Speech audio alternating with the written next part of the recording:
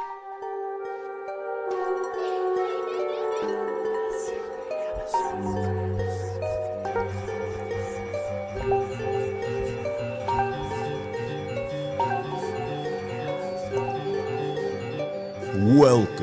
to Paranormal Almanac with your host, Kurt Sandick.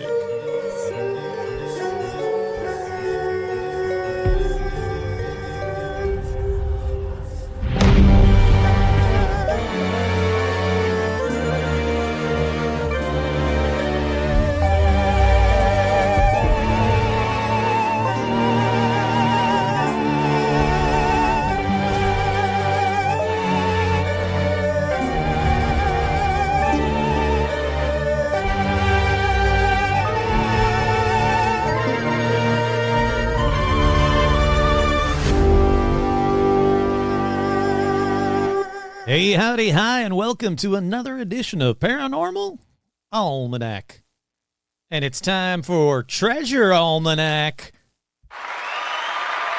But, first, as always, forever and ever, will be shout-outs. That's right, we have shout-outs going out to our patrons. Head on over to patreon.com/paranormalalmanac. Patrons, I have now 3 episodes that I'm working on, or fairly deep into, that I hope to have out in the next week or two. So there are new episodes coming your way to thank you, because I know it's been too long. Last month I didn't get an episode out, and I feel terrible. It's been.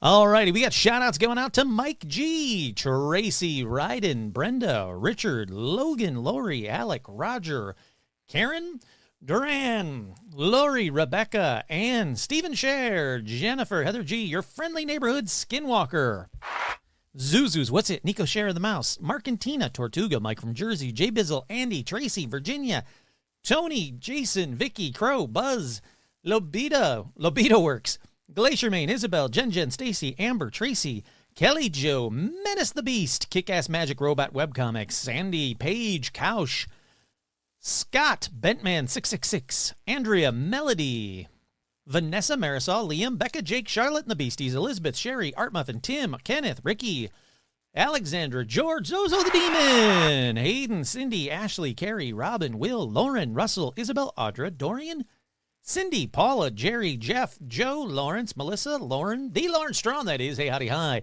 Autumn, J. Mark, Carolyn, Ryan, and Elena are eagerly awaiting the 300th episode. It's coming quick. Jade, Nanashi, Todd, Jamie, and Elijah Hendrickson, Dan, Laura Pitts, and the one and only Gamer Fan. Got to get Gamer Fan on this on an episode. Maybe the 275 or the 300. I'm gonna talk with Gamer Fan. It's out there. If you're listening, I want to have you on either the 275 or the 300th episode. But I got lots to get to. It's a treasure episode, but we have 2 special shout-outs. Well, actually, I'm going to do 3 this time. We got 3 special shout-outs. First one to Holden Yeager, the man who wrote the theme song that you all heard. It's his birthday next week, so happy early birthday to Holden. And 2 special shout-outs, as always, to the Joe Teague and to my boy Stitch. Real quick, you can head on over, if you want merch, best way, there's great ways to support the show. One, being a patron helps me out tremendously. In fact, I just got a new paranormal equipment thing that I can't wait to talk about on the next live episode, which should be coming up soon, because I think I figured out how to do a live streaming episode, which means that I can stream the Ghost Girls pilot episode, not the episode that I'm going to be on, but the pilot episode that you can watch on Tubi. But I think I figured out how to stream it. So I figured, why don't we watch it? And then I can tell you, a little backstory about all of the lovely Ghost Girls while we're watching it. Or maybe even get like Ash or somebody to be on the live stream episode and she can tell us about it. That seems like a lot more fun than me talking about it. I'll see if she's up for that. But anyhow, or any of the other Ghost Girls, they're all incredible. They really are. I was lucky enough to be able to hang out with a couple of them last Saturday. 3 of them, actually, last Saturday. And it was really neat. I can't tell you why or what was happening, but just trust me, it was neat. That's all you need to know. But you can head on over. Another way you can support the show is head on over to tpublic.com/stores with an S /paranormal-almanac. I didn't create the stupid URL. It's TeePublic, and it sucks, and I agree. But that's where you can go for merch. And it's not just shirts. You can get mugs, you can get stickers, you can get tote bags and artwork and baseball tees and onesies and all kinds of stuff. Baby onesies, not one for me. If there was like an adult onesie, I would be wearing an adult Paranormal Almanac onesie on the next live episode. Trust me. But, yeah, so anyhow, you can get all kinds of cool, fun stuff over at TeePublic. You know, the link's on the Facebook fan page. Join the Facebook fan page, too. It's a phenomenal group of people. Zero, I'm probably jinxing it by saying it, but zero drama on this group. Like, fantastic group of people. These people just want to talk about the paranormal or stupid shit, and none of it is drama. It's drama-free, and I love it for that. Please don't join just so you can do drama. Save your drama for your mama. Anyhow, let's get into paranormal news, because I got a big episode this week. Let's randomly pick one. It's going to be this one. Have you ever seen Bigfoot riding on the back of Nessie while being sucked up into the sky by a UFO? Yes. All to the soundtrack of a choir of ghost cats? Yes. Being led by a black-eyed child? Still yes. Is this story true? Yes. Well, there's only one place you're going to find out. That's here. Get all my news from Paranormal News. Listen carefully for the clues. The stories are strange and bizarre. It makes you wonder just who we are. This is Paranormal News. It is. Paranormal News. There's something in the shadows. Is there? Take it away, Kurt. Okay, thanks, Buzz.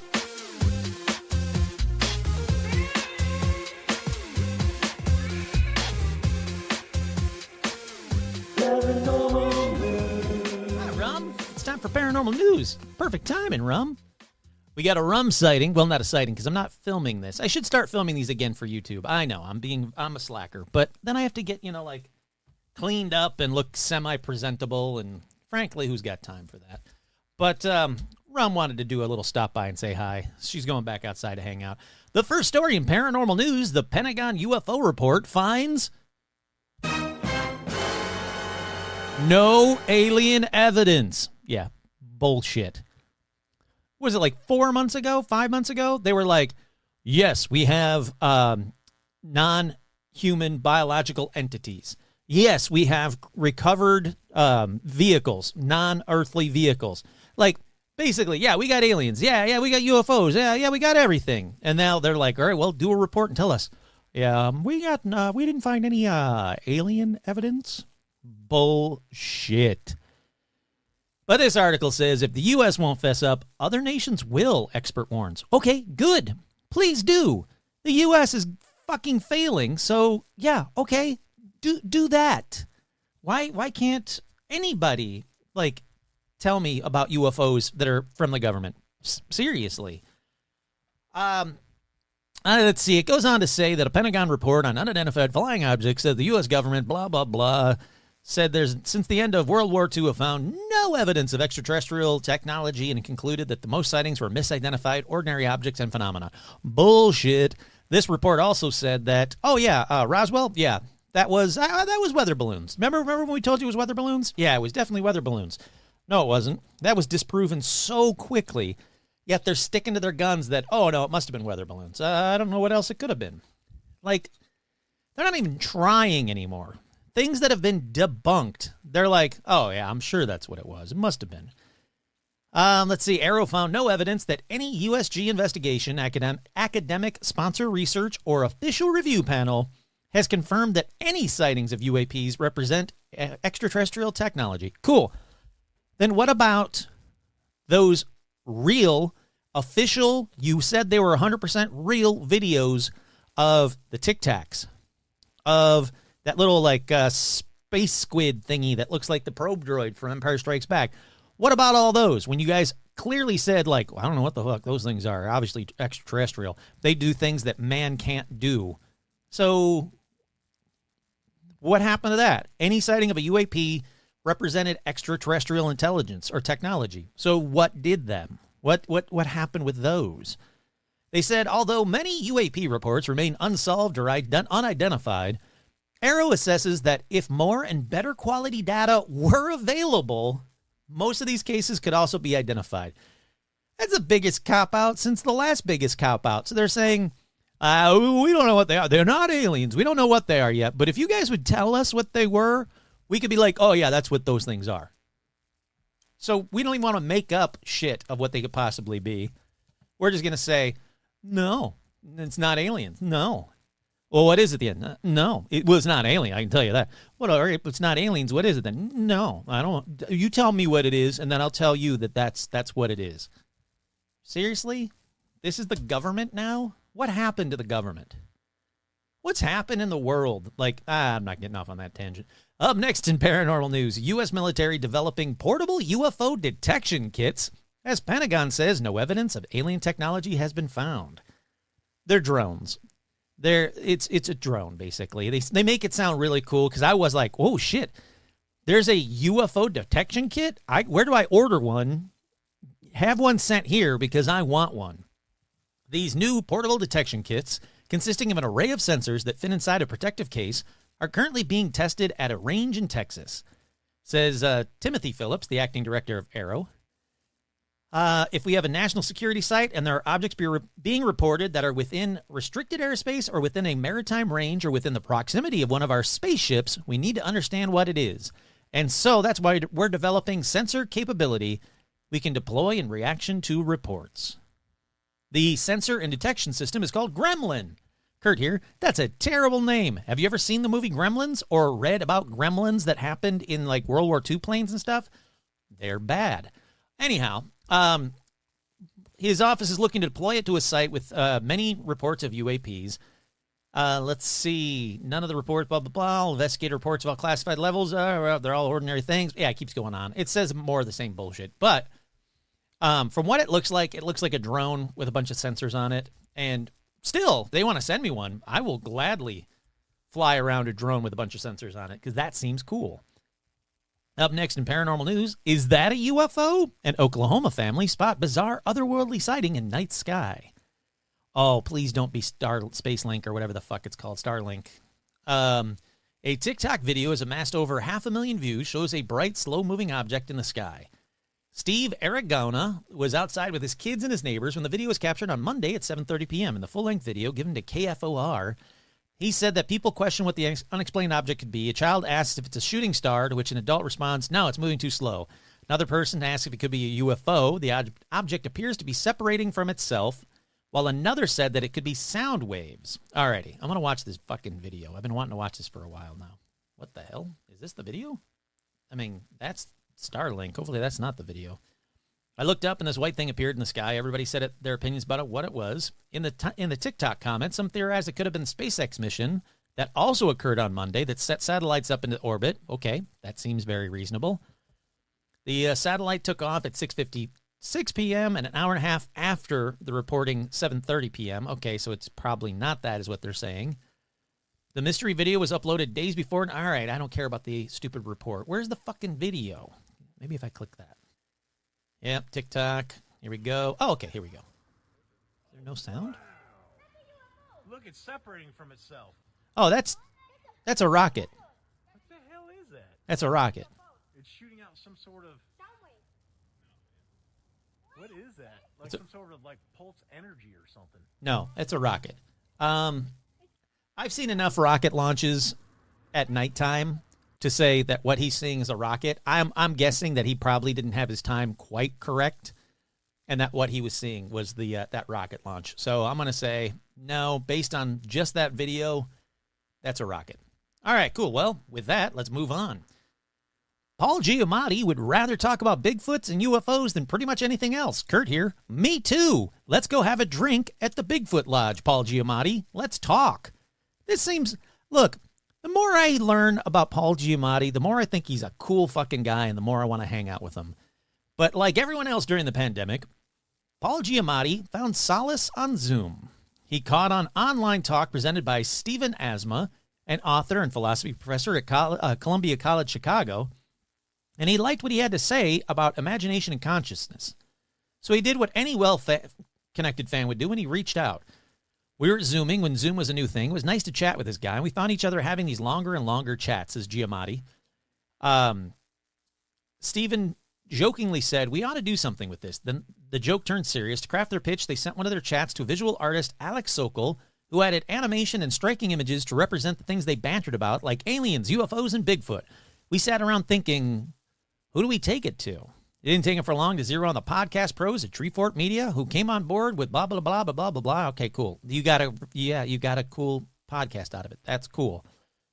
Giamatti and Asma suddenly found themselves as creators and hosts of a weekly podcast called Chinwag. It came along accidentally. Announced a year ago, Chinwag debuted by recording a special live episode at South by Southwest about monsters. Kurt here, not a monster. The first episode dropped in April of 2023, and over the course of the months, they built a loyal following of weirdos. Yeah. He didn't want to book fellow celebrities to talk about their latest films or projects. Instead, he wanted to talk about their... He wanted to offer his illustrious peers a forum to chop it up for about an hour or so about subjects that rarely come up during press junkets.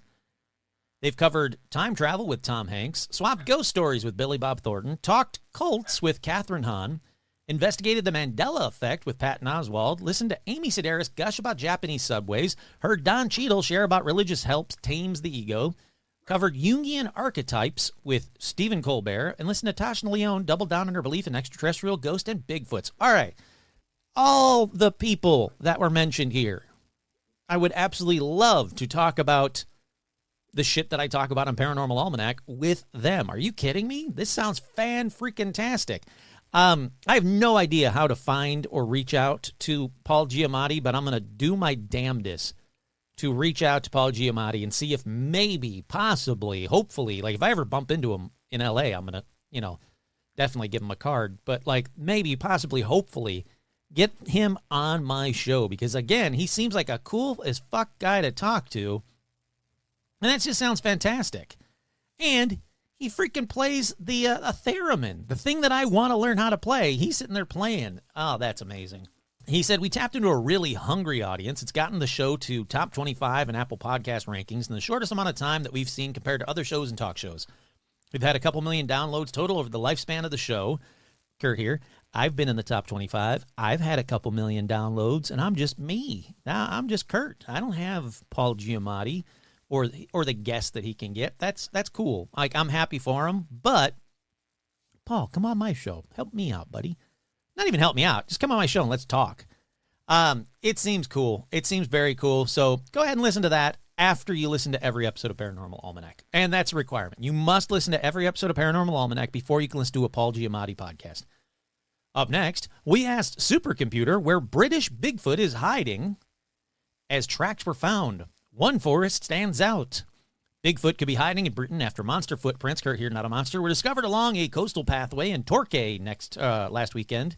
So they asked artificial intelligence software where he's most likely to be hiding. Last week, a walking group came across them Saturday, March 2nd. They were left completely stunned. Science teacher Ziggy Austin, part of the group, said either someone with big feet was strolling barefoot through the woods or belonged to something a bit more exciting, potential Bigfoot. Let's see. We decided to ask artificial intelligence software where British Bigfoot is most likely to be hiding. That's a pretty clean footprint, I got to say. I think it's a fake footprint, but I'll keep going with this. Google's Gemini highlighted two factors the British Bigfoot would consider when deciding where to call home. Habitat, specifically dense forest, offering ample coverage and seclusion, and lower human population density. The AI software came up with three locations. The Scottish Highlands, the vast mountainous region boasts extensive ancient forests and remote areas. Yep, that makes sense. Cannock Chase, sure. Located in central England, this area has seen a significant number of reported Bigfoot sightings and is actively investigated by some cryptozoologists. The Lake District, the national park in northwest England, is known for its rugged mountains, valleys, and dense forests. Of these locations, Cannock Chase, and I'm sure it's not called Cannock Chase, it's probably called like Cannock Chase, in Staffordshire, stands out as having the most anecdotal Bigfoot reports according to Gemini. However, it added the number of sightings doesn't necessarily equate to the likelihood of Bigfoot existing there. Other factors like increased interest in the area and media attention might influence the number of reported sightings. All right, I think it is cool. I think this is a really cool idea and a good use of AI instead of, all the stupid uses that people are finding for AI. So, yeah, all right, like, use AI to try and find the paranormal. I think that's a good idea. Gemini also managed to pinpoint locations in Devon where the beast had left footprints last weekend and where they might have made off to. Dartmoor National Park, Exmoor National Park, and the South Devon area of outstanding natural beauty. Oh, all right, cool. Gemini did insist on telling us Bigfoot is a legendary creature with no scientific evidence to support its existence. Yeah, right. Sure. Except for all the people in the world, around the world, that have seen various forms of Bigfoot. Come on. Come on, AI. You can come on the show and tell me why I'm wrong. Up next in paranormal news, new book about Loch Ness Monster, Kurt here, not a monster, sparks controversy over Nessie's gender. The novel portrays the famous mythical creature as male. No, it's Nessie. Well, I guess, yeah, Nessie is supposed to be a female. But no, this book is saying Nessie is male. But it's also, the big thing to take away is here, it's a fictional book. So a fictional book said, no, Nessie is male, and people are losing their shit about it. They're going, no, he's not. Nessie's a girl. Okay, I don't know anybody that's ever seen Nessie's genitalia.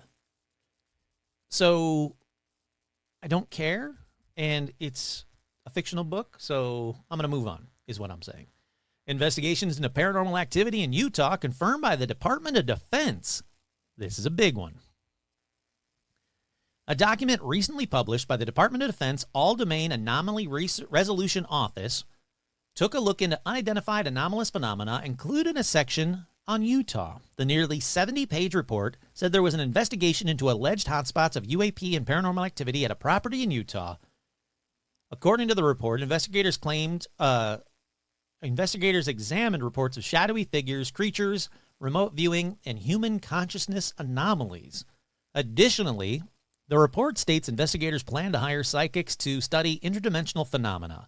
The report did say that all investigative efforts at all levels of classifications concluded that most sightings were ordinary objects, but many of the cases remain unsolved.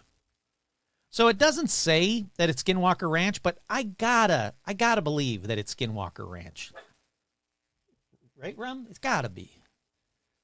Rum apparently wanted to chime in to agree that it's Skinwalker Ranch. It's gotta be.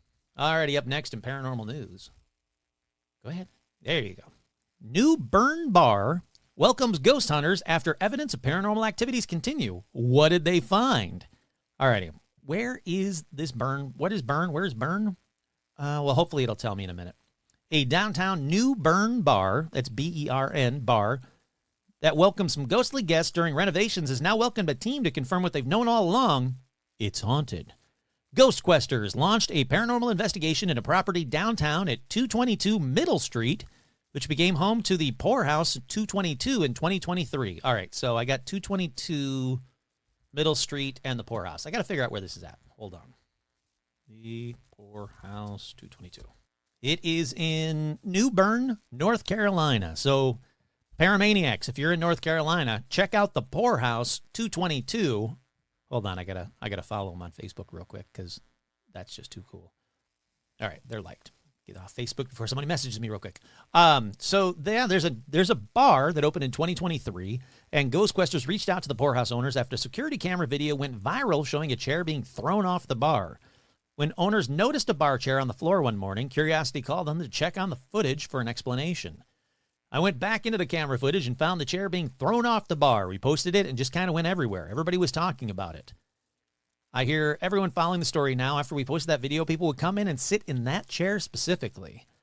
So unusual issues and unexplainable loud noises led the owners to dig into the history of the building and the family that occupied it in the early 1900s, the Coplans.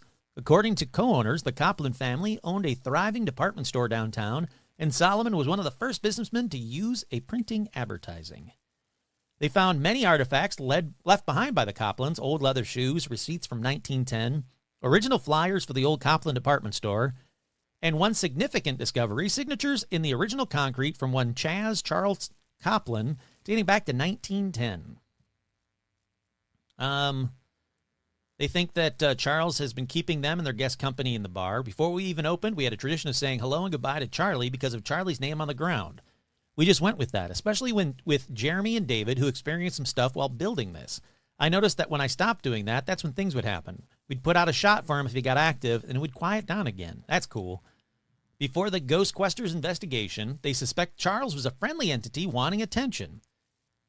Charles likes when people are in the bar with him. I wasn't surprised that they got any footage, but I was surprised at how active he was. From what I remember, they said it was one of the most active investigations they've ever done.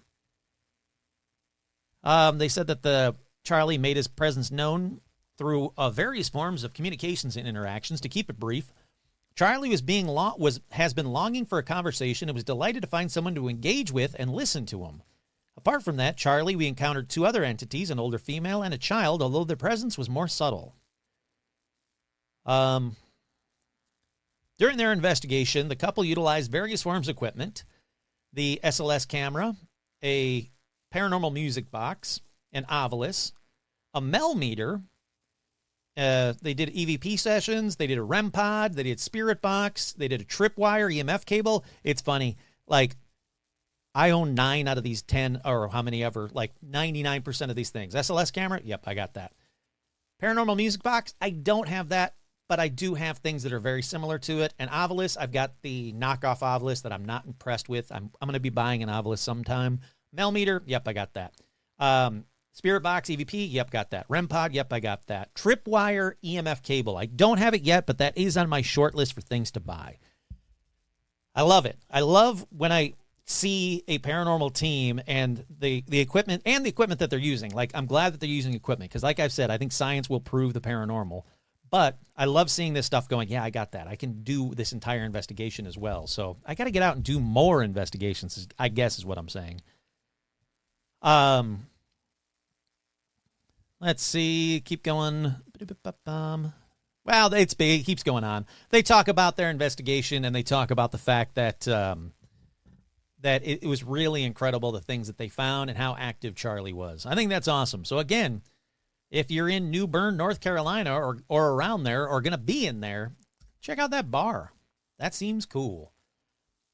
Up next in paranormal news, I know it's only, I'm almost done. Don't worry. Inaugural paranormal convention being hosted in Bucks County. The conference will be hosted this weekend. Oh, no. So it's today. All right. Oh, no, it was yesterday. Oh, you know what? I'm sorry. It was yesterday. I thought it was next weekend. It's this weekend. So hopefully you guys went to the Zlock Performing Arts Center in Bucks County. Well, because of that, because it's over, I'm going to move on to the last 2. One that I've been wanting to watch since the video was posted.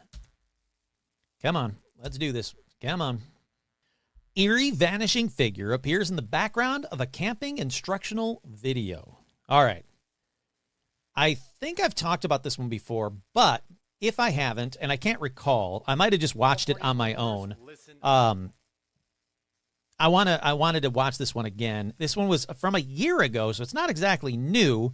But while filming a cottage how-to video, they captured something unintentional and surprising. I know I've talked about this. I don't know if I've just done it maybe on a live show or a patron show.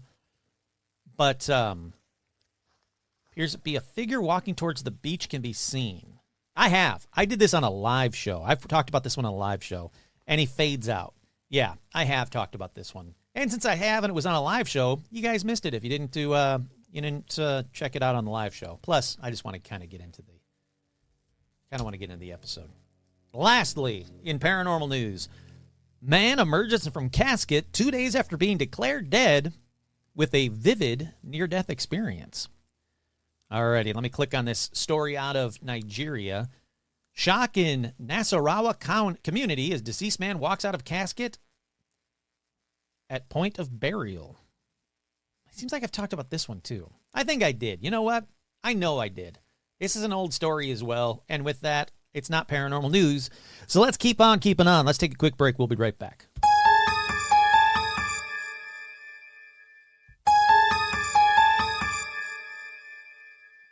We are back. It's time to set aside the paranormal for just a second, and let's talk treasure. And why do I keep doing episodes about treasure? Well, one, I I really love treasure. But, maybe one item on the show will be cursed and the rest is just regular old treasure. So it's not really a paranormal almanac as some of the shit that I hear. Well, again, like I said, I really like treasure hunts. I think it's crazy how many missing treasure is just, sitting out there somewhere in the world waiting to be found. So let's talk about them. It's just fun. This is just a fun episode. And like I said, who knows? Maybe something on this episode will be cursed or something, and boom, there you go. There's your paranormal. But you want an example? I'll give you an example. Paul McCartney's missing bass guitar.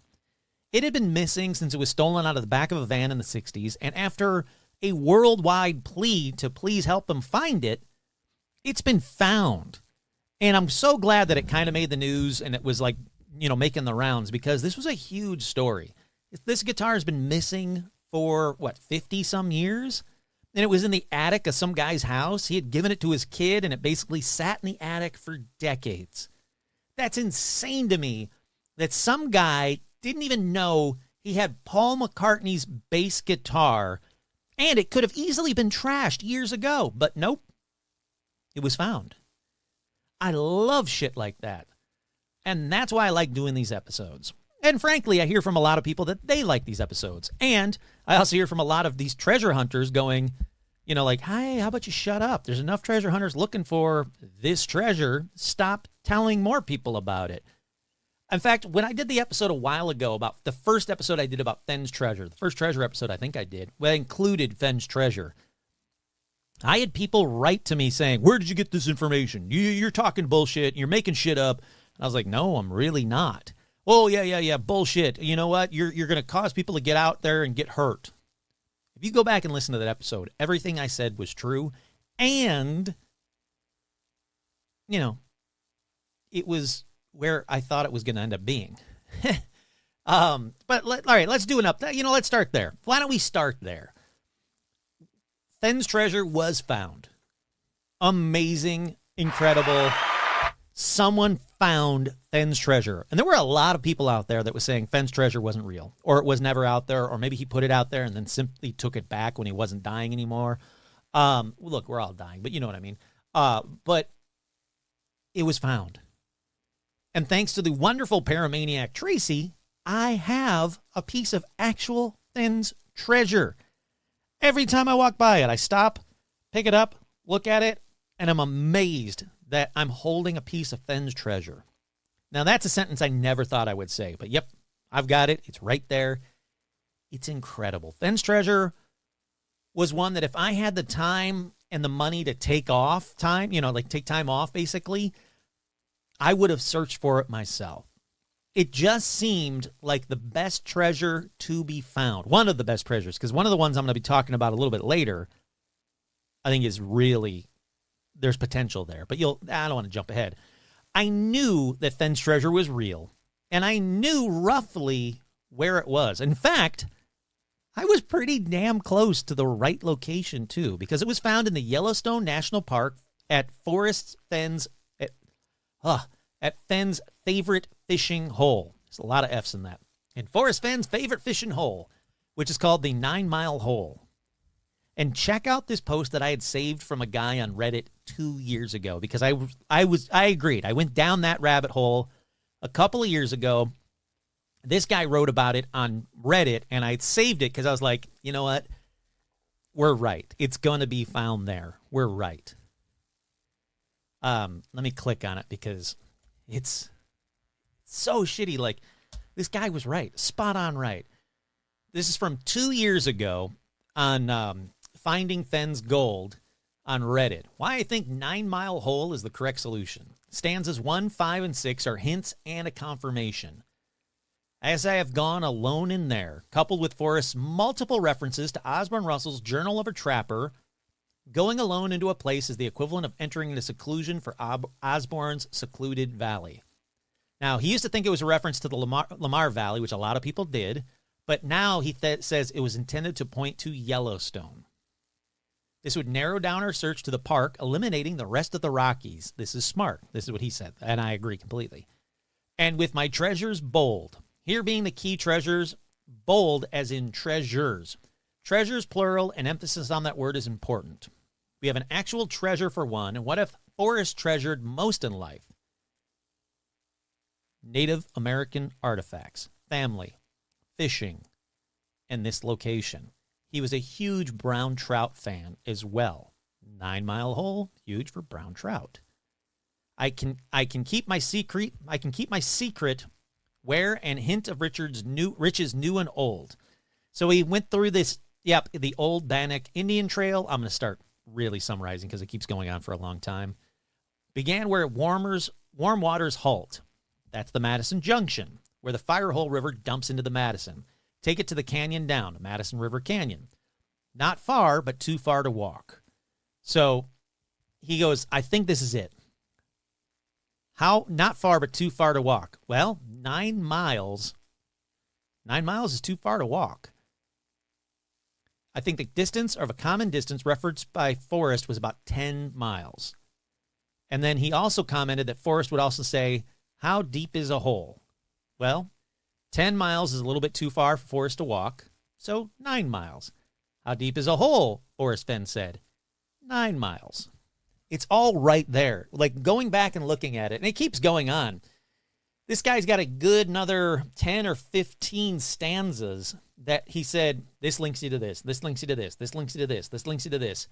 And all of it linked to the 9 Mile Hole in Yellowstone National Park, where Fenn's treasure was found by another guy. Absolutely incredible. I thought he was onto something back then, and it turns out, yeah, he really was. Oh, if only I had the time and the money to have gone and searched for it. I would have been in the right area. Would I have found the treasure? Who knows? It's still a big, big area. So, all right, we can check Fenn's treasure off the list. Honestly, I don't know if he ever will listen to this. There's rumors that he listened to the last episode, which just blows my mind. Thank you, Fenn, for getting people out into nature and giving them a fun, when done safely, a fun thing to search for. Absolutely incredible. But let's do some more recaps. What about 2 more treasures that are probably still out there and waiting to be solved that I've talked about before? Is there any update on the secret treasure hunt? Well, to date, only 3 out of the 12 treasures have been found. 1 in Chicago, discovered in 1983 in Grant Park. 1 in Cleveland, Ohio, 2004 in the Greek Cultural Garden. The most recent one from 2019 was found in Boston at Langone Park? I don't know. Basically, if you watch the episode of Expedition Unknown with Josh Gates, you would have seen that, yeah, it was found.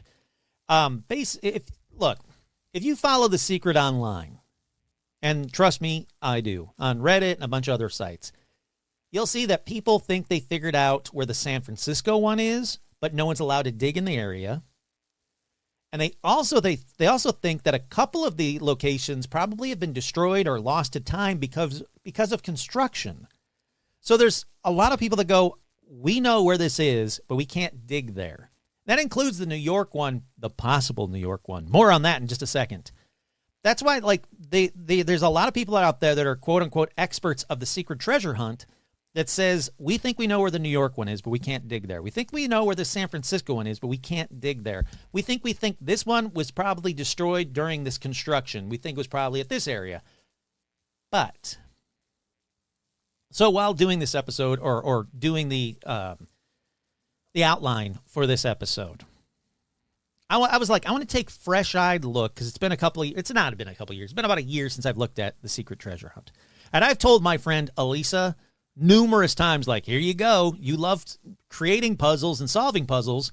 Here you go. These are real. We know they're real. 3 out of the treasures have been found already, and they're real. The rest are out there, waiting to be found. So for someone that loves puzzles and you know, like, clues and all that bullshit, tell them, here you go. You know, stop wasting your time on fake puzzles and clues or D&D puzzles and clues. Go out there, find a real treasure. Be part of history when you find it. But anyhow, so when I was going back through this secret, I was like, all right, I'm going to read the way it works is there's verses and then there's paintings. And you kind of have to figure out which verses go with which painting. It's you should really look it up. It's really neat to look at. The paintings are beautiful. And then when you actually find the painting and the verses for the ones that have already been found, like Chicago, you go, oh shit, man, that's exactly that location. Or Cleveland, that's exactly that location. Again, these have been going on since what? The 80s, 82, 83? When was this? Hold on. When was The Secret started? 1982. So it's, the treasure, it's a puzzle book. It's called The Secret, written by Byron Price. Let me give you a little backstory. I guess I'm not doing this clear. The book contains 12 images and 12 verses. If you match up that verse, like the verse 10, if you match that up with this image, this painting, it will give you an overall clue as to where to go and how to find stuff.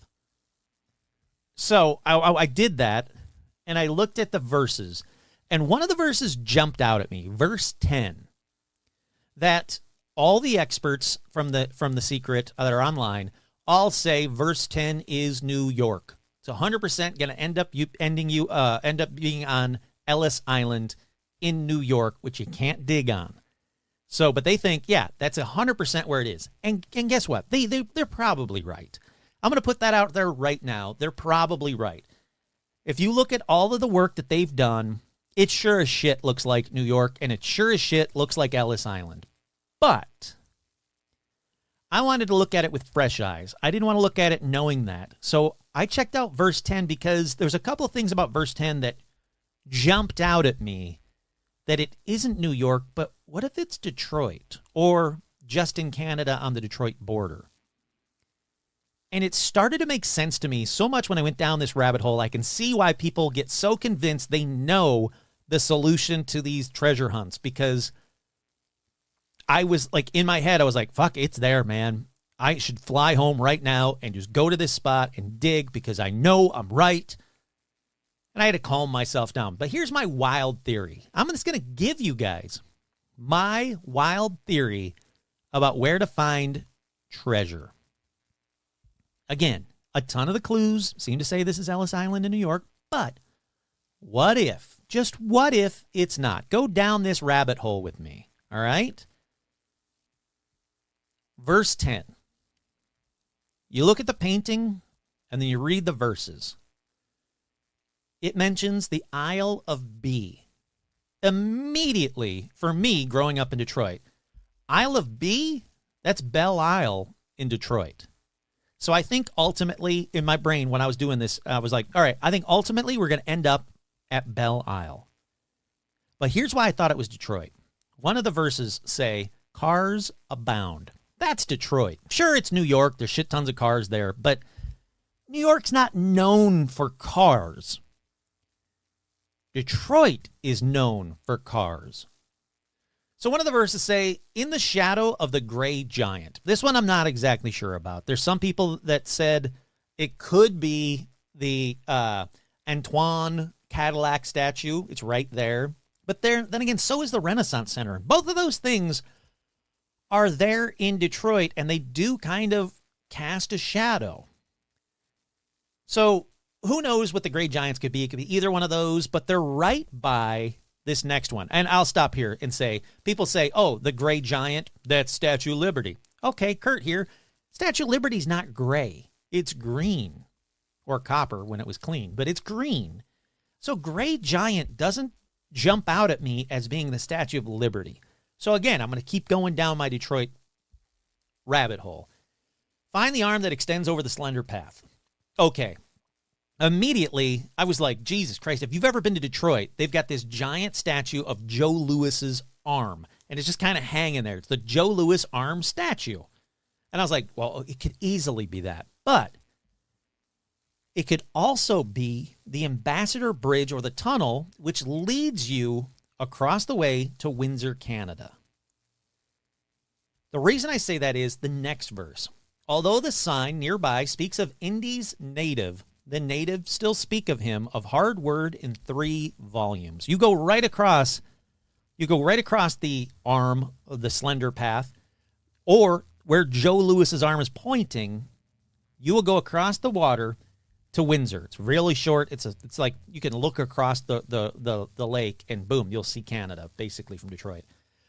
So right across from there is the Charles Brooks Memorial Peace Fountain. And that peace fountain sits on the traditional territory of the Three Fires Confederacy of First Nation. 3 fires of him, hard work. The natives still speak of him, hard word, in 3 volumes. The Three Fires Confederacy of First Nations, which include the Ojibwa, the Ottawa, and the Potawatomi. Sure, why not? 3 tribes is what I'm saying. So now we're across the way. And the treasure will ultimately be somebody that is very significant to America. So I was like, all right, well, cool. It's still boom, boom, boom. We're right here now. This is a very big, significant site, a big, significant spot, which, again, these will all be significant spots. And it was also there in the 80s and 82. So, boom, there we go. Now it says, or gaze north towards the Isle of B. Okay. So this one, like I said earlier, I thought we're going to end up on the Belle Isle. And guess what? Directly north from this peace fountain is not only Belle Isle, but is this next verse. Look down and see simple roots in rhapsodic man's soil. So again, we're looking for somebody that has very big into America's history. Well, directly north, it's a little bit to the east, but basically directly north from the Charles Brooks Memorial Peace Fountain. Bam, that's Belle Isle. You go just shy to due north, you will see the Samuel Francis Smith Memorial Flagpole. He freaking wrote the song, America, My Country, 'Tis of Thee. That is historical significance to America. Boom, right there. It's directly north. We're ending up, gaze north towards the Isle of B. Okay, this next one says, take twice as many steps as the hour, so that's at least 60, twice as many steps as the hour, so 60 is 120 steps, or more from the middle of one branch of the V. If you guys Google map it right now, unless you're driving, then don't do it. The Samuel Francis Smith Memorial Flagpole in Detroit on Belle Isle. If you look at it, you're going to immediately go, holy shit, that memorial flagpole sits in the middle of a V in the road. It's a V in the road that points east. So twice as many steps should be the treasure. Twice as many steps east from that statue should be the treasure. Listen. There's more. Don't worry. Screw it. I'll just say it. Here's some more reasons why I think I might be right. In the image, the time on the clock is 11, indicating the month of November. Samuel Francis Smith died in November. The flower in the image is a chrysanthemum, the birth flower for November. The jewel is a topaz, the birthstone for November. There's a window pane in the picture that shows a Russian-type building. Now, I think this might be some kind of a misdirect, and the blue of the building is water on a map. But if I just stick to it, face value, Russian. Get this. Samuel Francis Smith visited many foreign mission fields. He was a gifted linguist. He was skilled in 15 languages, and he attempted to add a 16th at the end of his life, a very controversial language at that time. He began to study Russian at the age of 86, right before he died in November. Okay, also, on the painting, there's a seagull with like this very distinct eagle statue face. And if you look at a photo of that Samuel Francis Smith Memorial Flagpole, there are eagles with that face on the memorial itself. It's like, if it was just one thing, I would think, oh, I'm dumb. It just said cars. I grew up in Detroit. I think Detroit. Isle of B, Belle Isle. You start to really look into these things, and the rhapsodic man, Samuel Francis Smith, he wrote frickin' My Country, 'Tis of Thee. you start going down this rabbit hole and you start convincing yourself you're right. But here's the thing. You can go and metal detect on Belle Isle. Now, I don't know if the key inside the ceramic container is metal. Because what you do is you find this, dug, buried. You dig it up. There'll be a ceramic container. Inside, there'll be a key with an animal on it. You take that key to the publisher, and they'll honor it, and they'll give you the jewel. My guess is you're going to get a topaz as well for this one. So you get a gemstone, basically. But I don't know if the key is metallic. I think people were using rods and, pushing rods down to the ground to see if they can hit something. But again, you can do that too. You can go to Belle Isle, not now because it's frozen, but once it thaws out, like this summer, somebody, a paramaniac, I'm going to tell my nephew as well. Hopefully he'll do it. I don't know if he will. Or maybe me. I'll fly home and they'll do it. But right there on Belle Isle, there's a lot of things from these verses and from this painting that to me indicates I think I might be onto something. But again, like I said, as compelling as my own theory is to myself, chances are it is indeed New York. There's a ton of features in the painting that match up to Manhattan and New York. But just if, what if it's Detroit? Someone follow my clues. Just check it out. What's the harm? What's the worst that'll happen? You spend a day on Belle Isle? Belle Isle is beautiful. Oh, no, you got to go to a beautiful island? But if I'm right, we share the reward, okay? Deal? Listening to this episode is a binding contract to share the jewel with Kurt and Paranormal Almanac. You did not find us on your own. You heard it here first. This is time-stamped episode. Just share the reward with me. Deal? Again, I get why people get so excited about these types of treasure hunts, because instead of finishing the outline on Friday night, I went down this rabbit hole for a few hours. And again, just if. What if? Like, there's a bunch of people that think it's Ellis Island, but they have no idea where it is, and they're not allowed to dig it up. So, cool. Somebody think of it differently and follow my clues, which, again, it's not just one clue that matched. It was a ton of clues that match. I think I might be right. I think I might be onto something. Cars abound? That's Detroit. That's not New York. That's Detroit. I don't care what anybody says. Yeah, so take a look. What does it harm? You know what I'm saying? But let's keep moving on. That's my freebie. Here's a possible place for treasure to you. Let's keep moving on. Any update on the Trail of the Golden Owl? Remember that one? I talked about it on a previous episode. Well, as of January 2024, the puzzle contained within the book remains officially unsolved, making it the second longest running contest in the armchair treasure hunt genre. The author died in 2009, so it's still out there to be solved.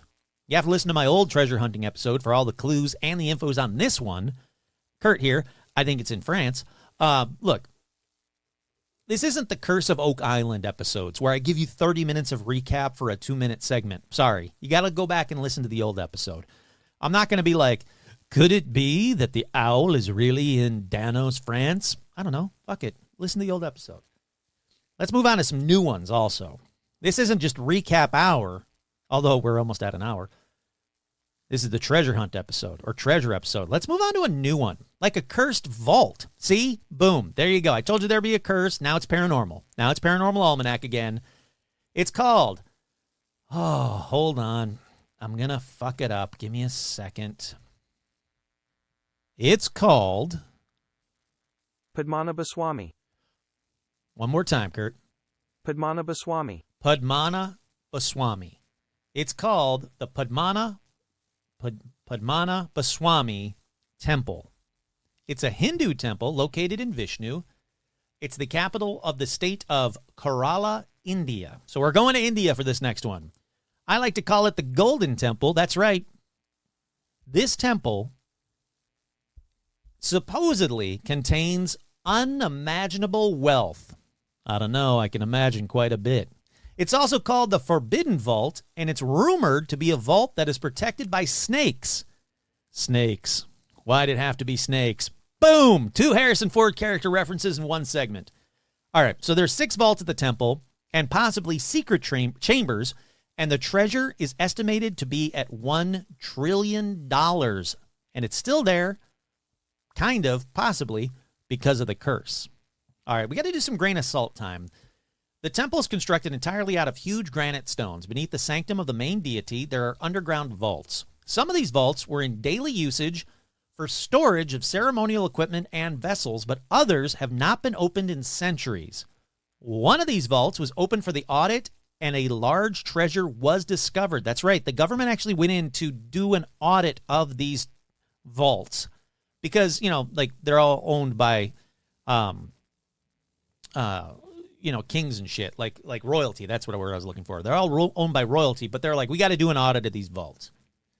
So this vault, called Vault A, could only be accessed after sliding away a massive granite block that took 7 people to move, and then oxygen was pumped into the cellar or vault before anyone could enter.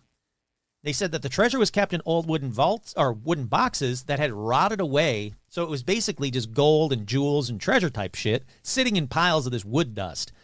Now, the auditors carefully got the jewels and coins out of the dust, wrapped them in a cloth, and put them back in new boxes after they categorized everything. They determined these were devotional offerings made to the deity of the temple many centuries ago. There was 18-foot-long golden chains encrusted with diamonds and other jewels. They thought that was probably wrapped around the deity's neck, around Vishnu's neck. There was gold coins. But of these gold coins, they included Roman Empire Aureus coins, I don't know, from the time of Augustus, and that the gold and jewels that they categorized would be roughly worth around $22 billion in United States currency. Now, later, media said because it's not just gold and jewels, it's actual treasure, that it could be as high as $1 trillion. So, boom, they've already found one. And during another audit, one vault, Vault B, the auditor said it could not be opened. Vault B has an antechamber, which was opened as recently as the 1990s, but it has an inner vault, which has not been opened for centuries. And they think, like Vault A, that's where the royal treasure will be found. Now, the royal family said no thank you to the audit. Obviously, didn't want them to be like, please don't take our money, our gold and jewelry. But they're like, no to the audits. They went to the Supreme Court. They got a Supreme Court order, and they said, the Supreme Court was like, no, you got to provide the keys for this chamber. So they said, all right. So the auditors went in there. They said the first was a wooden door, then an iron door that had 3 locks. They were able to open up 2 of the locks, but one was rusted shut. The plan was to return another day with cutting equipment, but the royal family then got an injunction from the Supreme Court to say, all right, you know what? Stop the audit. Now, the royal family says these are sacred vaults that are being protected by a curse. So anybody that goes into them, boom, you're cursed. Now, here's a less grain of salt one directly from Wikipedia. As of April 2016, Vault B, G, and H, along with their several antechambers, were yet to be opened. While inventorying of the items in Vault C, D, and E, and F were completed in August of 2012, and a formal inventory of Vault A had commenced. Several hundred pots and other items made of gold for rituals and other ceremonies were inventoried. They said that Vault A and its antechambers, at that point, only a small part of them had been inventoried, but was worth millions, if not billions of dollars. Incredible. So, yeah, it's insane to me, but there is a temple in India with antechambers that have not been opened in centuries that are thought to contain trillions of dollars worth of treasure. Here's a real quick, I'm not going to read all of it, from Forbes about this. A $1 trillion hidden treasure chamber is discovered at India's Padmavati temple. I know I screwed it up already. Whatever, doesn't matter. You know the temple I'm talking about. Let's see. It's been fascination in India for many years, shrouded in mystery and fear. 2 enormous cobras are rumored to be protecting the innermost hidden chamber. To make matters worse, legend has it that anyone who opens the vault will be met with disastrous results. The mysterious Vault B has kept everyone at bay for many years, although 5 other vaults were opened in 2011 by a team approved by the Supreme Court.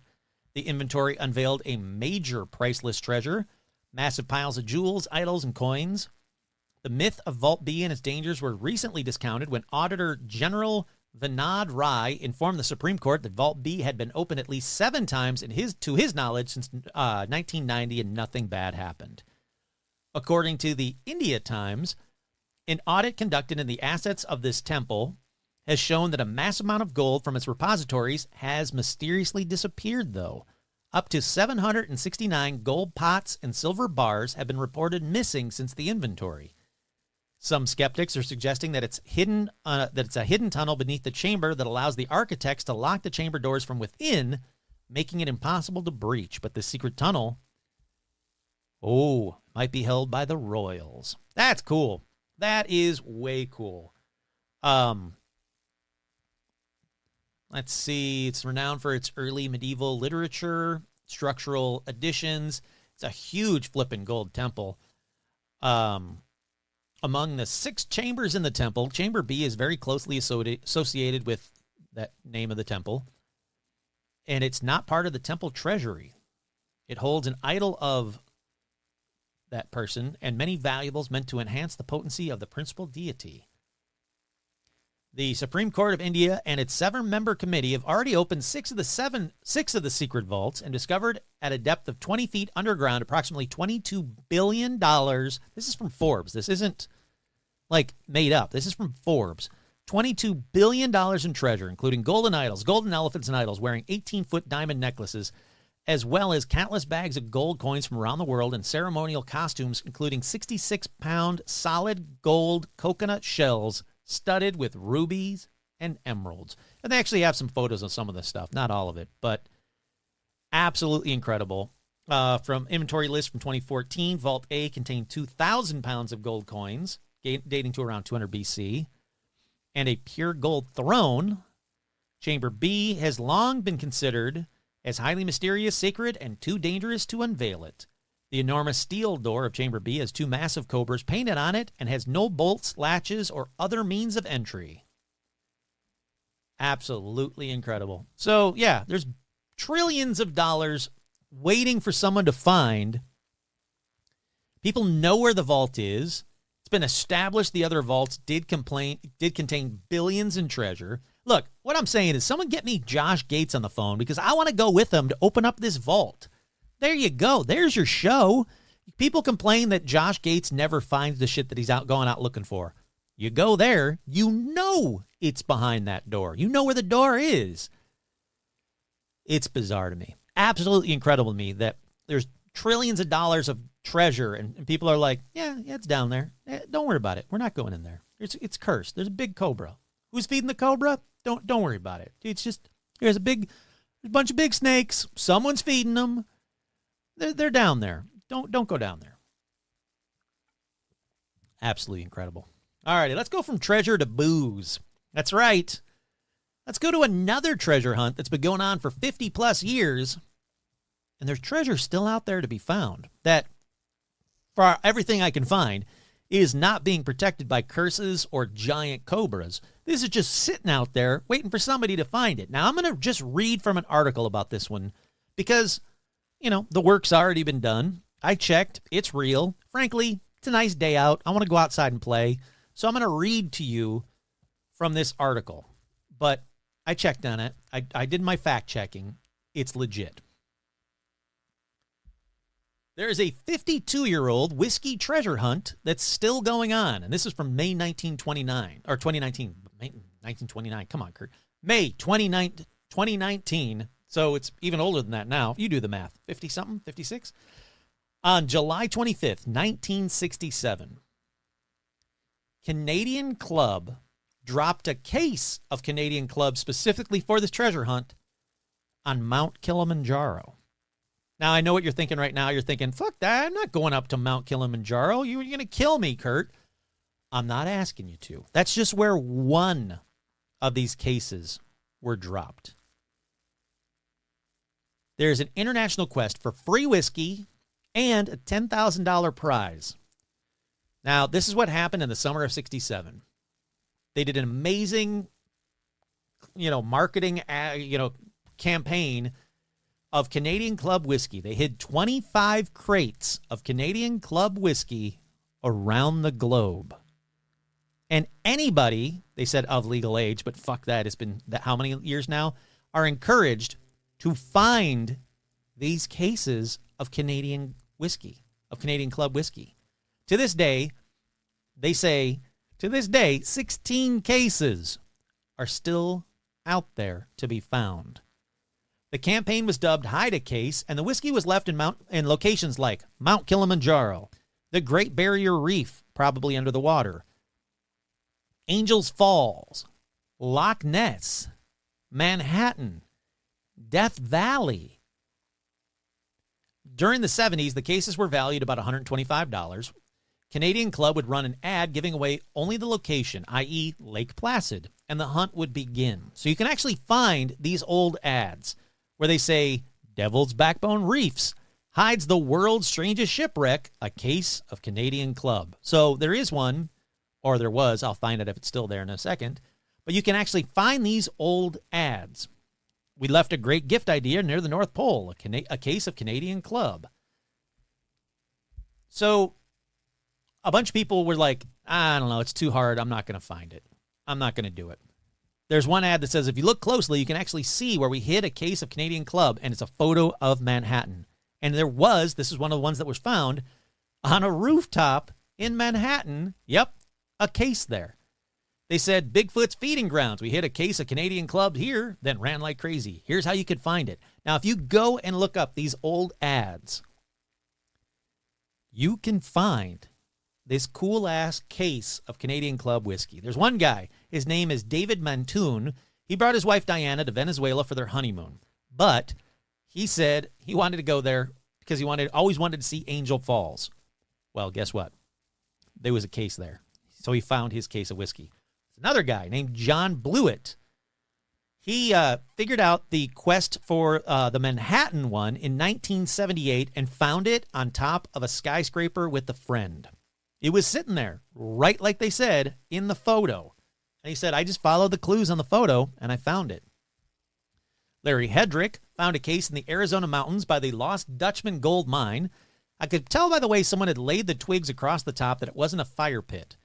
Never in our wildest imagination have we ever expected anyone to actually search for one of our cases, Canadian Club told the Washington Post in 1978, much less find one, but they did. Now, the crates were hidden up until 1991, and the campaign was briefly reincarnated in 2010 as kind of a game show, but they say they're still out there. They said a Lake Placid journalist contacted the Canadian Club about the status of the remaining cases in 2010. A spokesperson said, great question. We suspect there are about 5 still out there that have been lost to time. Part of the mystery is we're not entirely sure. So you can go online. You can find out. There's a bunch of people that talk about this one online as well. You can find out where people think they are. You can see the old ads. And again, most of them were very like, here you go. Here's a photo. And it shows where they were.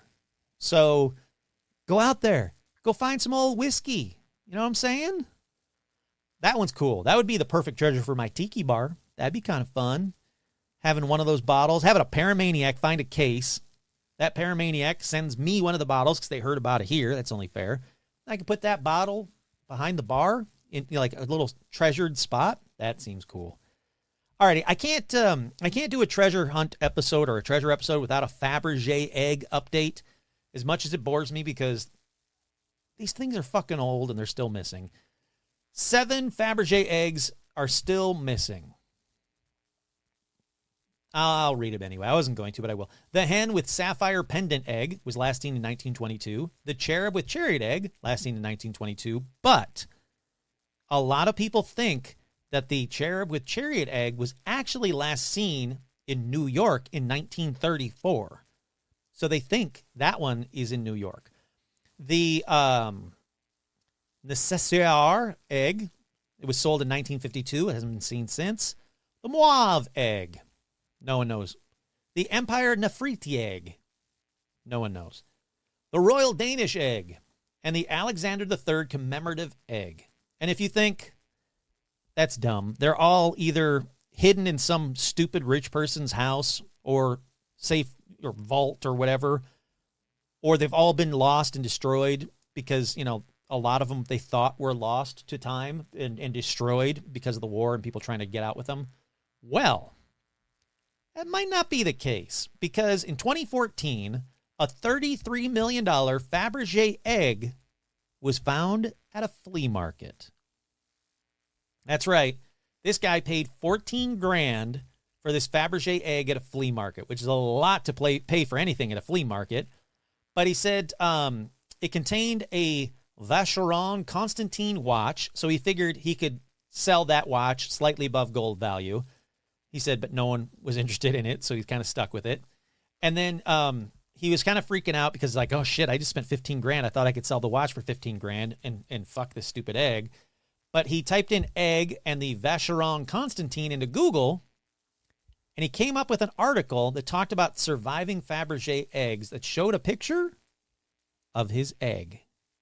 So he gets on a plane, he goes to London, and he shows these people that know about McCarthy, or this guy named McCarthy who knows about Fabergé eggs. He shows them a picture of the egg that he just bought. And McCarthy was like, it was like the Holy Grail walking through the front of our gallery. I was absolutely shivering with excitement. He says, we always reserve opinions until we handle it, but he was so unlikely a character, we figured it had to be true. So this guy McCarthy goes back home to America with this dude, and he says, there it was. The egg was sitting in his kitchen next to a cupcake. Let's see. It's been since identified as one of the lost imperial Easter eggs designed by Carl Fabergé. Let's see. Well, we all know already know it's going to be sold for $33 million. I already said that.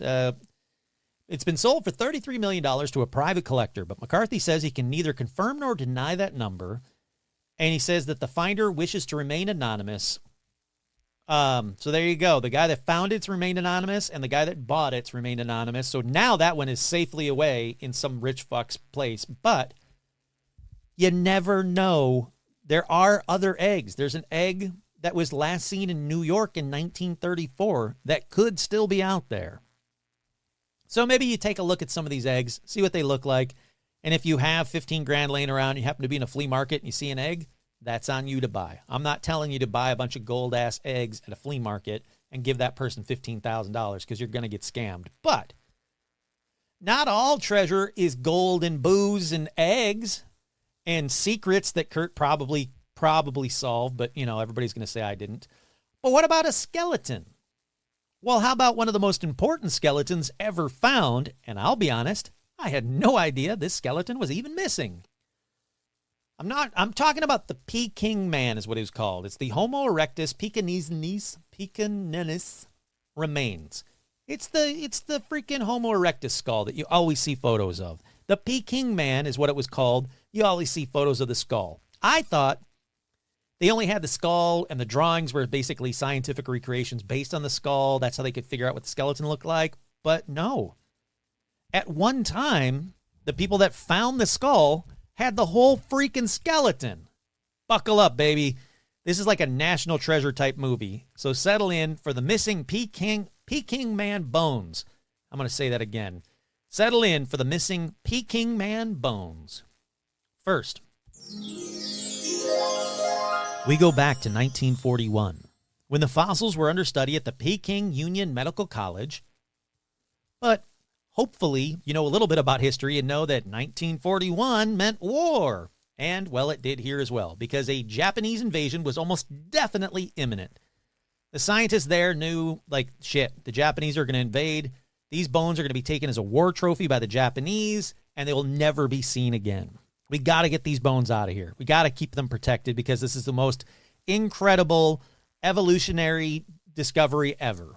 So to protect the Peking bones, the scientists in China hid them in a safe, which, that's cool, but not invading Japan stopping. You know, no safe is going to stop Japan, basically.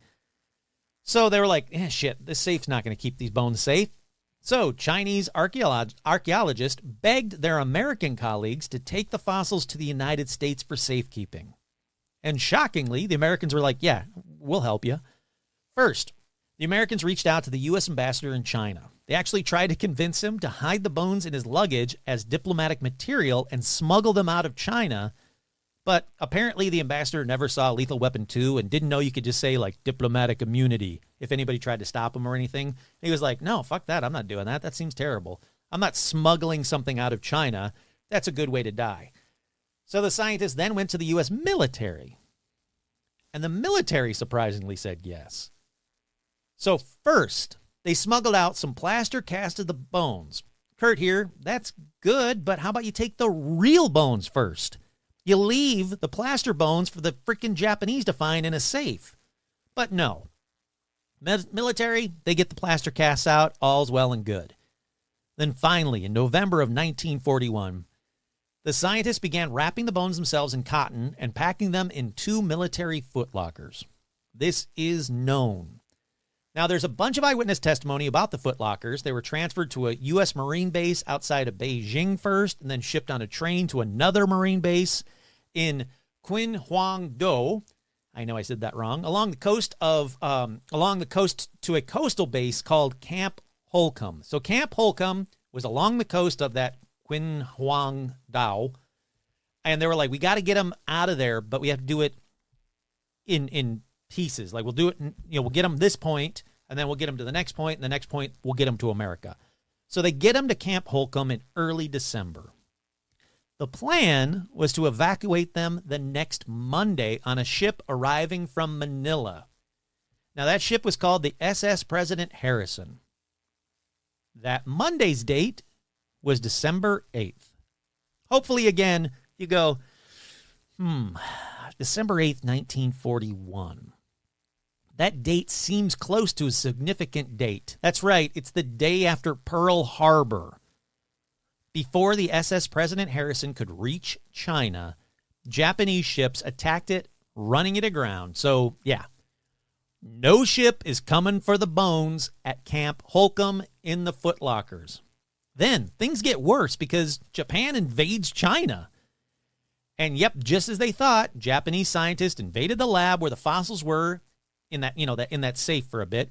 And they break into the safe and they see the bones are gone. So that was good. Leaving him in the safe wouldn't have helped them at all. The Japanese actually arrested an American associated with the lab and interrogated him for 5 days about the fossils' locations. Supposedly, he never told them they were now at Camp Holcomb. But let's get back to Camp Holcomb. Things aren't good there either. Marines there were taken prisoner and their belongings ransacked, but guess what?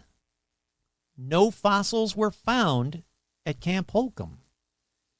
They didn't get them on the ship. The ship never made it there. It ran aground. So what happened to them? Well, this is where we get into rumor time. The first, most accepted rumor is that the Marines at Camp Holcomb buried the footlockers for safekeeping. Now, this one has eyewitness testimony that, yes, they buried tons of stuff and ammo. They had bunkers at the base, but there was no specific mention of the bones. So another rumor is that Japanese soldiers did find the bones, but they just kind of dumped them. They weren't looking for bones. They were looking for war prizes, if you will.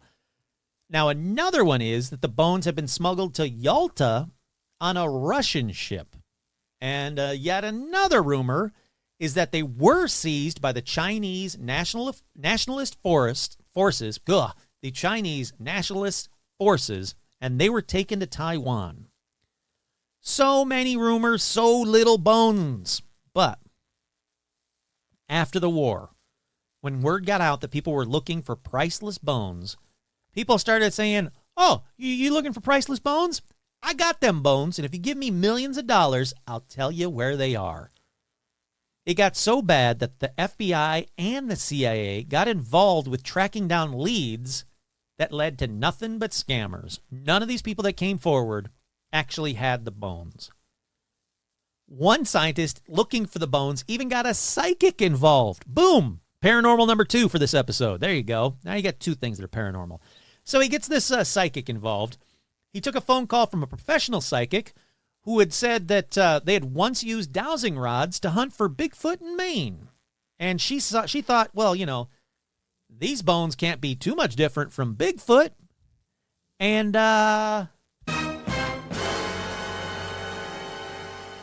yeah, nothing was ever found based on the psychic. Total scammer. Then, oops, wrong one. Then, cut to 2010. A scientist still looking for the bones got an email that had some proof that he says might lead them to the bones nowadays. That email was about Richard Bowen, who was a Marine corporal who had been stationed at Camp Holcomb in 1947. So after the war, after the camp was invaded, this guy was, assigned, stationed there in 1947. He said it was 1947. The Civil War between the communists and nationalists was going off, so Bowen and approximately 125 Marines at Camp Holcomb were now right in the middle of the Civil War. He said nationalist ships occupied the nearby harbor, so they couldn't get out, while communist troops occupied the hills surrounding the beach, so they couldn't get out that way either, and that the communists had surrounded Camp Holcomb completely. Soon, communist leaders march into the camp and they order the Marines to surrender. They said, "We have 250,000 troops in the surrounding hills." And the Marines were like, sure you do. Bullshit. And Bowen said, for proof, that night, the communists started lighting campfires in the surrounding hills to show how many troops they actually did have waiting to invade. He said first it was 1, then 3 or 4. And he said it eventually looked like the world's biggest Christmas tree. There were hundreds of fires, and that he and the other Marines were actually terrified that the number of troops might be real and they might be invading soon. So, just like everything that happens at Camp Holcomb, they go, we got to start digging like crazy. They dug foxholes and trenches and made pits for machine guns. He said they often dug all night long, then collapsed in exhaustion the next day, waiting for these troops to finally invade. One night, a lieutenant asked Bowen himself to move his machine gun to cover another area, and this meant digging another foxhole first. So Bowen got to work. He said halfway through that dark night, his shovel hit something. So he's like, what the hell did I hit? He turns on his light, looks at it, brushes off the dirt, and he says, I uncovered an old Marine footlocker. So he opens it up, and yep, inside, he says he found a bunch of skull and bones. Bones, basically. He found a bunch of bones. He said, well, this isn't going to help us with the invading communist troops, so he just reburied the footlocker and moved on to dig somewhere else. So there we go. The rumor of the buried footlocker that contains Peking Man's bones seems to be true. The scientists checked it out, and yeah, Bowen was actually stationed there at the time. It could be real. So this scientist, archaeologist, whatever, he flew there, and he went through the town to find someone who might have known the area back then in 1947. He says he found an elderly man who took them to the exact spot the Marine base was on, and yep, it's now a parking lot surrounded by warehouses. But story's not done yet, because the parking lot and warehouses are actually slated for redevelopment soon, so their treasure hunt may be coming to an end when they dig around under the parking lot to find the bones. Seriously, someone send this episode to Josh Gates. He can do like 4 episodes on the stuff I've talked about so far. I'm not even done with this episode. That's incredible. Bones I didn't even know were missing. One of the most insignificant evolutionary things ever found could possibly be under a parking lot and a warehouse. That's incredible. And the parking lot warehouse are scheduled for redevelopment. They could dig it up. They could find the bones pretty damn easy. All righty. It's getting really late in this episode. Let's keep moving. Let's get back to the fun treasure hunts with far less communist guerrillas. Not completely zero communist guerrillas, but far less of them. For this one, We go back before the Xboxes and your TikToks to this thing called Atari. Here's how it happened, kids. You were literally friends with shitty kids because their family had an Atari back then.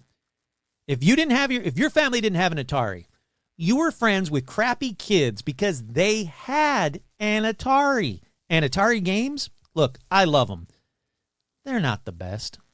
But still, their family had an Atari. You had a chance to play video games at your house on a crappy big tube TV anytime you wanted. And back then, there came a series of Atari games called Sword Quest.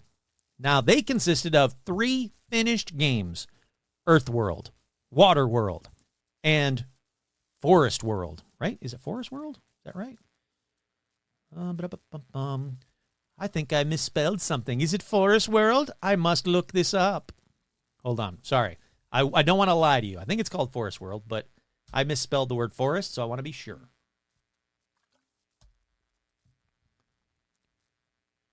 Okay. Earth World. Fire World. See? This is why I wanted to check. Earth World, Fire World, and Water World. And there was going to be a planned 4th game, Air World. 4th game didn't really happen. Now, each of the games came with their own comic book that explained the shitty graphics from the video game and gave the games a lot of plot, but each of those comics also contained part of a solution to a contest with 4 prizes to be found and won. This was cool. I never got to do this because I never got an Atari. I had an Odyssey 64. Look it up. Not as cool. The graphics were better, but you didn't get it. I had like 6 games, and there was only one TV in the house. I couldn't be like, I want to play Odyssey right now. They'd be like, no, we're watching MASH or Maude or Family Affair or some bullshit. Not Family Affair, not that old, but some bullshit TV show. Or they'd be like, but the Muppet Show's on. I'd be like, okay, I won't play video games. The Muppet Show's on. That's much better. But so that 4th game, it never happened though, because the video game crash of 1983. Look. It was a bleak time for video game kids like myself, but let's stay focused on this contest. For each of the games, Atari wanted to bring all contest winners to the Atari headquarters in Sunnyvale, California, to race to compete a specially programmed version of the game to be the first to finish. The person who finished it the fastest would be named the winner and be awarded a treasure produced by Franklin Mint, each valued at around $25,000 at the time. The prizes were, well, actually, before I get to that, let's go back to May of 1983. May of 1983 for Earth World. So Atari received about 5,000 entries, people that figured out the clues from the comic books in the game, but only 8 answered it correctly. So those 8 were flown in, and this man named Stephen, well, this kid, now man, named Stephen Bell, won the Talisman of Penultimate Truth. That's right. His prize, the Talisman of Penultimate Truth, was an 18-karat solid gold disc studded with 12 diamonds, the birthstones of the 12 zodiac signs, and a miniature white gold sword set atop it. Then, for Fire World, not Forest World, for Fire World, Atari received even more entries, and of those, 73 were correct. So Atari had the 73 finalists write a brief essay of what they liked about the game, selecting the top 50 replies to continue to the final competition held in January of 1984. Now, this was won by Michael Rideout, who was awarded the Chalice of Light, a goblet made of platinum and gold studded with diamonds, rubies, sapphires, pearls, and a green jade. Then, like I spoiled earlier, Atari suffered major financial crises due to the 1983 video game crash, plus some insider trading CEO scandals. So, Atari canceled the Sword Quest project. But they already started working on Air World, and they already announced the Water World contest. So they're like, shit, we'll scrap Air World, but we have to go through with the Water World contest. Legally, they had to. So they received a bunch of entries, but because they were suffering, they lied and told a bunch of people that they didn't qualify but they still had to legally give out the prize. So Atari secretly invited those with correct entries to hold the final round. The final round for Waterworld was the person that could drink the most Kevin Costner filtered pee. They would win. I don't know. It doesn't really say what the secret thing was. But that anonymous person won the Crown of Life, a solid gold crown decorated with diamonds, rubies, sapphires, and aquamarines. And this person, plus the other two, were also awarded an additional $15,000 as well as an Atari 7800 compensation prize. Oh, they got a Atari 700 as well as a compensation prize because they were like, look, we're never going to finish this. You guys were supposed to compete. Once Air World came out, all the four of you guys are going to compete, and everybody's going to win a lot of shit. Can't do it anymore, but we'll give you $15,000 extra. And the 10 finalists of Waterworld were given $2,000 each. So everybody got a little bit of money. Fuck them. They're all good, right? So where's the missing treasure then? Well, let's get to rumor time. Of the 5 treasures, Michael Routout has claimed as recently as 2017, hey, look, I still got the chalice. It's in my possession. It's stored in a safe deposit box. Chalice is safe. Thank you, Michael. But Bell fell out of contact following the Sword Quest event, but according to Vendel and Rideout, two of the other guys, Bell appeared to have had the disc part of the talisman melted down for its value, about $15,000 at the time, keeping the small sword, diamonds, and birthstones. No one knows where these things are. If the small sword, diamonds, and birthstones are even around anymore, or if he melted those down and sold those all off as well. Well, not melted down, but you know what I mean. Sold them all off as well. So the talisman, chances are the fate of the talisman is gone. But what about the crown? Well, even though Atari was required to hold the contest, they think there's a chance that the anonymous winner was given the cash equivalent prize instead of given the crown. But the crown was made. So, where are they? They're saying since they were never part of any contest, the Philosopher's Stone and the sword have seemingly disappeared. That's right. The next one was going to be a sword. So, is the crown, the Philosopher's Stone, and the sword gone? Well, rumor time, grain of salt time, some sources claim that Jack Tramiel, who bought Atari, actually kept the final 2 or maybe even final 3 prizes for himself. Like I said, there might be Atari treasure, Sword Quest treasure out there still. Atari staff and associates of Jack have said they saw a similar-looking sword mounted in his office. Some say he took it home and it was mounted above his home mantle. There might be Atari Sword Quest things still out there, prizes, treasure still out there to be collected. Now, Atari, on June 29th, 2022, Atari announced that part of the Atari 50, the anniversary celebration, that they would create the 4th and final entry in the Sword Quest series, Air World. It was released on PlayStation 4 and 5, Xbox One, Xbox Series, Nintendo Switch, and Windows in November of 2022. But are there more Atari treasures out there? Were the final ones made, never given out? Did the dumbasses melt those down too? I don't know. But there's a lot of people that spend a lot more time than I ever did on looking these things up that think they're still out there. And we know where one is, but what about the rest? There's missing treasure from Sword Quest out there. Listen, I'm going to briefly, real quick, read from this article that happened in 2016. Let's see. Prizes worth a total of $150,000, all to promote the fantasy series Sword Quest. You already know about all that. I told you all about this. There's actually you can actually see the advertisement for the Sword Quest treasures. It says, Sword Quest, you can win fabulous prizes by solving the mysteries of 4 new cartridges. In October, Atari presents the Earthworld game program cartridge launch.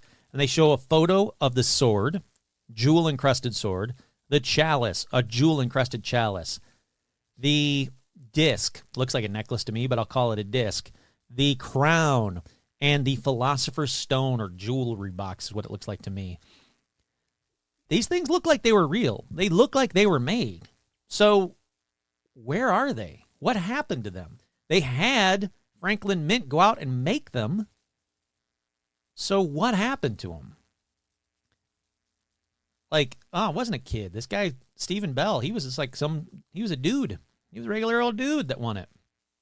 Oh, so was the other guy, Michael Rideout with the Chalice of Light. I mean, that really looks like, like something you'd see out of Indiana Jones from the Cup of Christ kind of a thing, the gold one that wasn't the correct cup. Yeah, he's holding it. That thing's real. I dig the fact the guy kept it, but they also have a photo of the sword of ultimate sorcery. So the sword was made. What happened to it? Interesting. Someone find the missing Atari Sword Quest treasure. And since I have no idea how to find or look for Atari Sword Quest treasure, let's move on to another paranormal news story for this edition.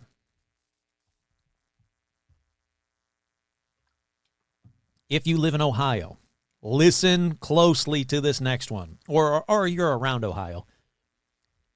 This one comes from Channel 9 WCPO Cincinnati. Hidden loot lost in plane crash that killed 4 FBI agents and a bank embezzler. That's right, we go to Montgomery, Ohio. After more than 30 years, it's still a mystery. Where's the money? A bank embezzler and said he buried part of his loot somewhere in Cincinnati, but he died in a spectacular plane crash before he could show authorities where he hid it. On December 16th, 1982, a twin-engine Cessna crashed into a bookstore in Montgomery, killing admitted embezzler Carl Johnson, 4 FBI agents, and a private detective. The FBI said they were flying Johnson from Chicago to Lunken Airport after he promised to lead them to a stash of stolen cash. He had stolen $614,000 from a suburban Chicago bank during the 1970s. He had been on the run for 7 years, but surrendered 2 weeks before. He said he'd buried $50,000 in the Cincinnati area, but he didn't say where. He was the only one who knew. We deliberately set it up that way, his attorney said at the time. The FBI didn't want to know ahead of a time, and I didn't want to know. If the money wasn't there when they got there, no one wanted the finger pointed at them. So they said, this money is real. He buried $50,000 in Cincinnati, and he was the only one who knew where it was. They said that Johnson had lived in the Cincinnati area for several months after stealing the money from the National Bank of Albany Park, where he'd been assistant comptroller. He'd already led the FBI to $50,000 he had buried in the Chicago area shortly after the money was discovered missing in 1975. The FBI recovered $144,000 that Johnson left for his parents in the pew of the Chicago church. So the plane crashes. This guy's dead. The money's still out there. There's $50,000 somewhere in Chicago, or in Cincinnati. Chicago, come on, Kurt. In Cincinnati. Let's see. That's all right. The money was never found. So, okay, Ohio people, start digging up Cincinnati because all signs point to buried money somewhere in Cincinnati. You can do it. I have faith in you. If you find it, keep the money, but just tell me because I think that'd be cool. You got to show me like a photo of you sitting around or throw $50,000 on your bed. You know, like when people do that in movies, they just throw a shit ton of money on bed and they like start rolling around in it or making like snow angels with the money. Just do that. Send me a photo of you doing that. You don't have to be naked. That's your choice. But if you feel artistically that would help sell this to me, then yeah, do that too. Alrighty. So that's Cincinnati. Let's move on to the last one because we're starting to get, this is a longer episode than I wanted. I have a ton more of treasure though. There's so much more treasure. But I'm just going to stop at this next one. For you guitar lovers, there just might be the rarest of Gibson guitars out there waiting to be found. And again, you're going to think, yeah, some rich guy's got 9,000 guitars and he's sitting on it. Not true. Did you not hear the Paul McCartney story earlier? That's what everybody thought. Everybody was like, oh yeah, some rich guy in Russia has got that in his collection and he's never going to find that Paul McCartney guitar. No, it was just some kid's attic just sitting there collecting dust, getting all warped and shit. All right. Since this is the last one, I'm going to read to you directly from an article that was written in 2009 about the mysterious Gibson Moderne. It's modern with an E, so I'm going to call it Moderne. The Gibson Moderne, sure, Moderne, why not, is the ultimate maddening mystery. They say it's the holy grail of Gibson guitars. It was designed along with the Flying V and the Explorer as part of Gibson's modernistic series in 1957. Now, the V and the Explorer, they actually made it into production, but the Moderne seemingly never was created. But there's a lot of people out there that say, bullshit, I know for a fact it was actually made. I'm going to say there were 3 of these. I'm skipping ahead. There were 3 guitars that were built and they were shown. The Flying V, the Explorer, and the Moderne. But the modern was so poorly received that all prototypes may have been scrapped at the Gibson factory, but not before one was supposedly sent out to Gibson's case supplier for fitting. So they think one made it out of the factory. Later on in this story, you're going to find out that there's more than one that they think made it out. They say a few prototypes were made, but were cut and destroyed at the Gibson factory. Other people say that 2 Gibson employees took the parts and assembled 3 of these guitars outside the factory. So there's a lot of fakes. There's a lot of forgeries. Billy Gibbons of ZZ Top, he said he owns what he believes to be an original one, purchased for a little bit of nothing in 1971. But people have pointed out, all right, well, show it to us. Apparently, Gibbons has never had a photo taken of this guitar. He's never allowed a single vintage guitar expert to examine it, not even his friend George Garoon. He says that he refuses to make the guitar public to any other extent other than 2 questionable photos. He says that so someone got a couple of photos of it. Basically, I'm going to skip ahead. This is worded terribly. Somebody got a couple of photos that they think might show it in the background of Billy Gibson's collection. But he's like, I am never going to show you anyone this guitar. It's going to stay in my collection forever. But some people think, now that might be a replica that was made in Japan in the 70s, or they think that he might have had it and he might have sold it by then. There's a guy that thinks that they were never, ever existed. He's like, I don't think one was ever made in the 50s. He said it was clear that Gibson rushed some prototypes for the 1957 NAMM show, but he doesn't think that any of them actually existed. There's another guy who says that he owned one, but he no longer has the guitar, and he never photographed it when it was in his possession. He said, a guy brought it into my shop in the outskirts of Ann Arbor, Michigan, and he wanted to sell it. He said his dad sent it to Kalamazoo to have a Melody Maker neck put on it because he liked the feel of his buddy's Melody Maker and wanted his guitar to have that same kind of feel. He said, I bought it. I paid $175 for it, which was a lot at the time. He said, I've noticed some weird pickups and some work when he was trying to take it apart and like looking at it. But he said, all right. So he sold it to this guy, and it's just gone. It's out there somewhere, possibly still in Michigan. So that's another treasure still possibly in Michigan. Let's see. This article goes on to say they don't understand why Billy Gibbons being so weird about his. Kurt here, I agree with that. Let's bring it up. Here we go. This goes up to another person named Ronald Lynn Wood, who was a guitarist originally from Flint, Michigan, now Gainesville, Florida. He says he saw what he believes to be a modern hanging in a Flint pawn shop in 1978. So another one possibly still in Michigan. He's like, it was like no other guitar I'd ever seen before. I distinctly remember the lower horn was shorter than the top, but I always wondered if it was real or not. When I was 13, I used to subscribe to the newsletter, and I saw the photos of it from back then. Was that what I saw? Let's see. Then he starts talking about he thinks that there was at least 2 prototypes were made, but most likely 4. Ted McCarty, John Hughes, and Julius Belson, all Gibson management at the time, said that there were several of these guitars made. He says, I spoke to an ex-Gibson employee who refused to be identified, who claimed to have seen them at the time in the factory in 1963. And Ren Wall of Heritage Guitars claimed to have played one in the Gibson Morgue in Kalamazoo in 1963 and borrowed it for use as school dramatic production. Even some former Fender reps, he said, saw all three of them at that show, and he thinks they're still out there. So here you go. There's 3, possibly 4, possibly 5. This article goes on to talk about another couple of guys that smuggled them out and everything they could find from these guitars and built them, and they're still out there, possibly in someone's garage. Look, if you go to an estate sale or a garage sale and you see a guitar for sale, just take a look at it. Go and look at what these things look like. They're very, very obvious Flying V type looking guitars that are very different than a Flying V. It's a very noticeable guitar.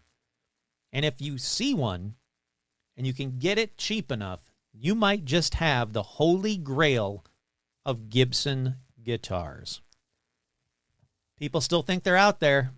I'll be honest, after looking at a bunch of stuff, I'm kind of inclined to agree that these guitars are still out there waiting to be found. So there you go. There's a lot of treasure still out there. There's a lot of treasure still out there to be found. And there's a lot of treasure that I still haven't talked about. There's so much more I haven't talked about. This outline goes on for another 10, 15 things, but again, it's a nice day. I want to go outside and play. Plus now I've got to pee. I've been talking for an hour and 46 minutes. But there you go. Someone please just at least check for me. I'm probably wrong about the secret in Belle Isle. I'm probably wrong. I'm going to say that right now. But just what if? What if I'm right? Again, all of those verses in verse 10 match things I could find in Detroit. And that fountain, you go due north of that fountain, you're right there to the guy that wrote the memorial for the guy that wrote My Country 'Tis of Thee. It matches. It seriously hardcore matches. So again, once the weather gets nicer, either a paramaniac that lives in Michigan or my nephew or, I don't know, someone that's really into treasure that just happened to stumble across this episode, just go there. Check around in that area. I gave you the directions. If you have questions about where I think it is, I can tell you more, but I was pretty clear. It's pretty obvious. You look at that memorial flagpole on Google Maps, it's sitting in a V that points to the east. It's right there. I know it is. It's got to be. How cool would that be? I'm giving you guys free treasure right now. Go out and get it. Here's your chance. And again, if I'm wrong, all right, sorry. Go have fun on Belle Isle all day. It's a beautiful place. Why the fuck not? All righty. What do you guys think? I mean, I don't care what you guys think. I'm going to do another episode about treasure somewhere down in the future. Not right away, but in the future, because I love these episodes. There's still treasure out there. I still think Oak Island has treasure on it. I'm convinced that Oak Island still has some remaining treasure on it. It's not going to be the Holy Grail or Shakespeare's books or whatever the fuck they think it is, but there's still some treasure out there waiting to be found, and there's apparently a lot of treasure out there waiting to be found. So once again, I'm your host, Kurt Sandvig, and this has been another edition of Paranormal Almanac.